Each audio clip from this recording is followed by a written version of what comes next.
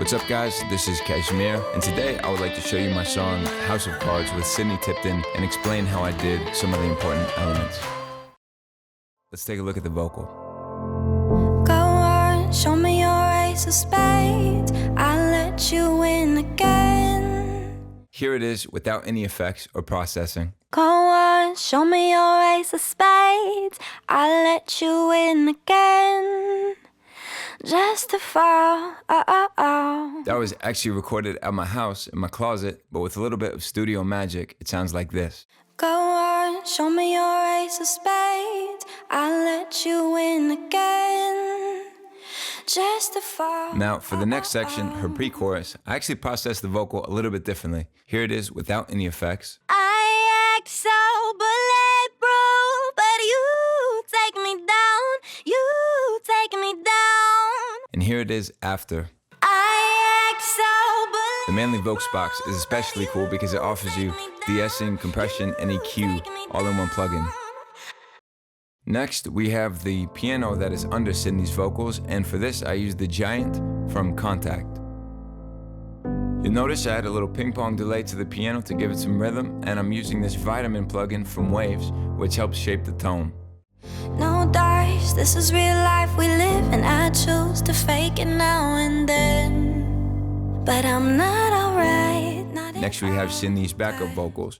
Some of these are in unison, meaning they're doing the same notes as Sidnie's lead, and some of them are harmonies, meaning they're doing different notes, sort of creating a chord with her lead vocal. There are about 15 or 20 of these, so in order to save CPU, I actually put the compressors and EQs on the tracks, and then I print them or freeze them in order to save CPU.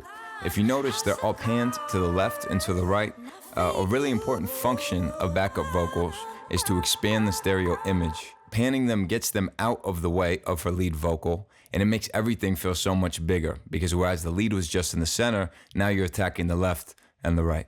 I'm the house of cards, house of cards. And one of the more novel tricks that I used on the song was to actually put a delay on the kick. It's not something that I do a lot, but it worked to fill up the space here. Take a listen. I act so bulletproof, but you take me down. Okay, now this next section is where the disco feel comes out, and we introduce a lot of orchestral elements, which is something I love to do. House of cards, house of cards. Leaning into you, leaning into you. I'm the house of cards. So here we have all of the stabs.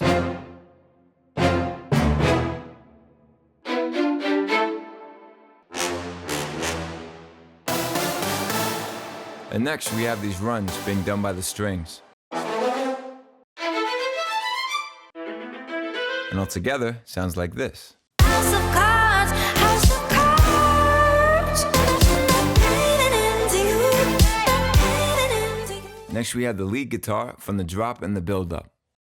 This section is actually the combination of 3 guitars, and I'll take you through each one. The first is our lead. I use the Renegade patch for Contact. You see here, I do a lot of little ghost notes in the MIDI to try to recreate the rhythm of a real guitarist.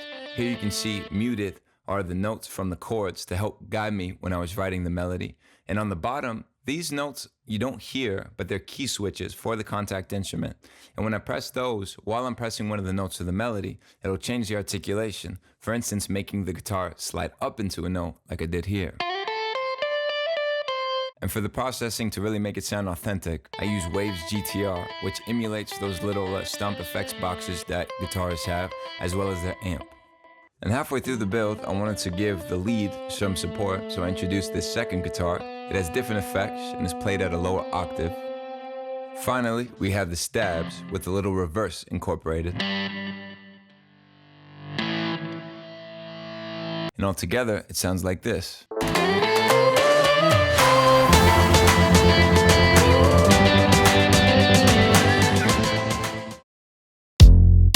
For the bass, I use this Spire patch that I believe is on the first menu when you open Spire. It's called Oxygen, and to give it some grit, I've added this Culture Vulture. It's a distortion plugin from UAD. As you can see when I turn up the drive, it gives it more bite.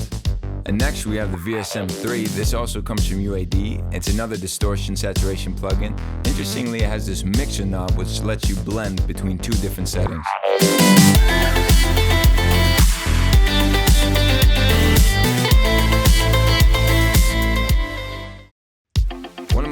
sounds is the sound of muted guitar.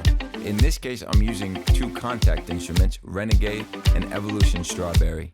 And these are what make this song groove.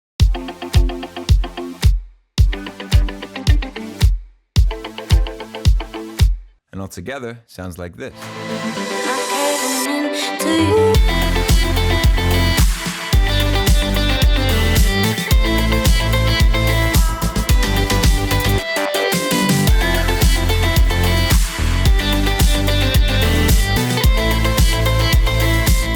Okay, moving on to the second verse. It's an interesting track because I had to use different tempos to make it work. Here you'll see a fade dropping from 110 to 100. You get a little bit of a groovier feel, as you can hear. The chords were done with this patch from Omnisphere.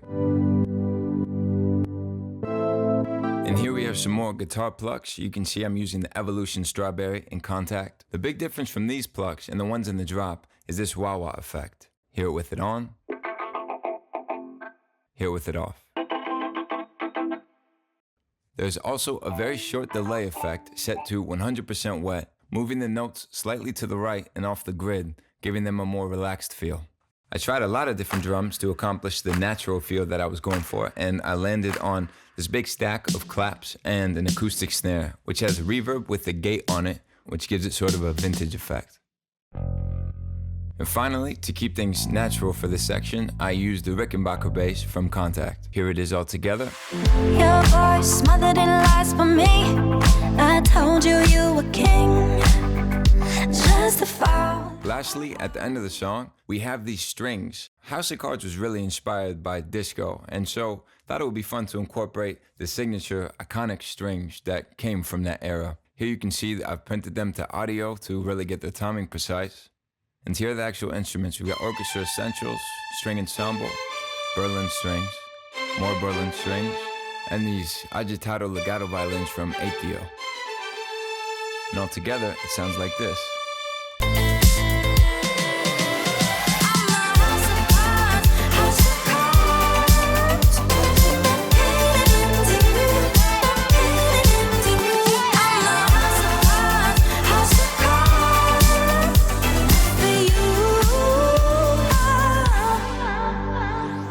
Alright guys, I hope you've enjoyed this tutorial. I'll see you next time.